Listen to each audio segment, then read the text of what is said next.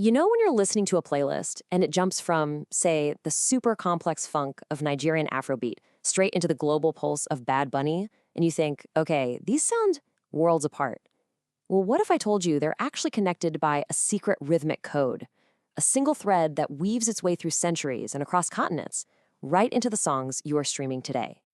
Yeah, that thumping, infectious beat that makes you want to move, it has a deep, powerful history. And trust me, once you understand where it comes from, you are never going to hear your favorite music the same way again. All right, let's get into it. We're going to follow that rhythmic thread, tracing a journey all the way from West Africa through the Caribbean and landing right at the top of the global pop charts. And listen, this isn't just some dry music history lesson. This is the story of a beat that survived, transformed, and basically conquered the world. And the only reason we can tell this incredible story is thanks to the amazing research by Dr. Ronnie Rodas, who put together hundreds of sources to piece this whole narrative together. We also have to give a huge credit to historian Derek Bennett, who is a crucial consultant for this work. Seriously, together, they've uncovered connections that were hiding in plain sight this whole time. So, where does this all begin? Well, to really get the music of today, we have to go way back. Back to the source, the foundational rhythmic principles from West and Central Africa.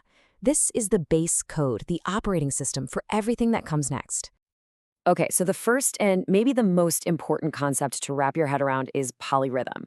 Now, it's not what you might think. It's not one drummer playing a super complicated beat. No, it's actually way cooler. It's several different instruments, each playing their own simple pattern. But when they play together, those patterns lock into place, kind of like gears in a machine, to create this one irresistible, complex groove. And polyrhythm is just one of the three main pillars. Then you've got call and response, which is pretty much what it sounds like, a musical conversation between a leader and a chorus. And finally, there's a cyclical form. This means the music is built on these repeating grooves that can just go on and on. It's designed for dancing, for community, not for a simple verse-chorus song structure. These three things, that's the DNA. Okay, now let's see what happens next. This rhythmic DNA gets carried across the Atlantic through the slave trade. And once it's in the Americas, it starts to evolve and adapt in these incredible new ways. It's like it sprouts these parallel branches on totally different continents. So check this out. Over in Lagos, Nigeria, you've got the legendary Fela Kuti and his drummer Tony Allen, and they're fusing that core rhythmic code with American jazz and funk to create Afrobeat. At the very same time, literally, in the Caribbean, musicians are blending that exact same rhythmic code with Spanish melodies and horns, and boom, you get the foundations of salsa and merengue. Different ingredients, different languages, but that shared DNA, it's unmistakable. So where do these two worlds finally collide? New York City, of course. By the 60s and 70s, New York is this incredible cultural laboratory. You have musicians and DJs from African American, Puerto Rican, Dominican, and Jamaican communities all living together, creating together, influencing each other. They're borrowing sounds, sharing ideas, and setting the stage for the next big explosion. And that explosion, it centers around one specific iconic rhythm, a beat so powerful it would go on to define an entire global genre. You know it. It's the Dem Bow. This timeline just lays out the journey perfectly. It all starts in Jamaica in the late 80s when producers Steely and Clevie cook up this new digital beat, or rhythm, for the dancehall scene. Then that rhythm travels to Panama, where artists start singing over it in Spanish. And from there, it lands in Puerto Rico, where underground DJs like DJ Playero start mixing it with hip-hop and give it the name we all know today, reggaeton. So here's the crucial points. All that debate about who invented reggaeton, it kind of misses the bigger picture. It was a team effort. Jamaica created the rhythmic foundation. Panama pioneered the whole Spanish language adaptation. And Puerto Rico branded the genre and exported it to the entire world. Every single piece was absolutely essential. But wait, there's another huge piece to this puzzle, and it's all about technology. The story of how these beats traveled so far, so fast, is completely tied to the rise of the sampler, a tool that would change music forever. Just take the famous Amen break. It's this tiny 6-second drum solo from a B-side track by a soul group called the Winstons. In the 80s, hip-hop producers started grabbing that little sample, looping it, and building brand new songs on top of it.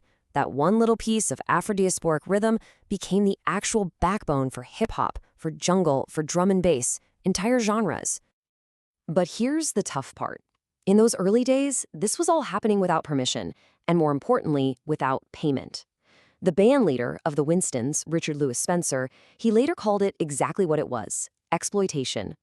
The creators of these foundational grooves, who were mostly black musicians, almost never saw a dime from the massive global hits that were built on their work. For a while, the music industry was basically the Wild West. But then, a huge court case in 1991 completely changed the rules, making it clear that unauthorized sampling was copyright infringement. That forced the big labels to start licensing samples. Though, honestly, the ethics and the money behind it all are still being debated today. Which finally brings us to today. All of these streams, the ones from Lagos, from the Caribbean, from Jamaica, from New York, they've all merged into this one massive global river of sound. And the impact is just staggering. I mean, look at the biggest genres in the world right now. That foundational rhythmic DNA isn't just present, it's completely dominant. It is the very pulse of modern pop music. Just think about the artists topping all the charts. Bad Bunny and J Balvin, they're writing new variations of that Dem Bow rhythm. Burna Boy and Wizkid, they're building on the foundations laid by Fela Kuti. They are all speaking the exact same rhythmic language, just with their own unique accents. And you know, that's exactly why when you hear these artists collaborate, it sounds so seamless. It sounds so right. It's not some forced crossover for marketing. It's a family reunion. The music just clicks because deep down at its core, it comes from the same place. So the next time you open your playlist, try not to see separate boxes for reggaeton, Afrobeats, and hip-hop. See them for what they really are. Different chapters in the same epic story. One long, unbroken, rhythmic conversation that is still evolving as we speak. So the real question now, it's for you. The next time you press play on anything, listen a little closer.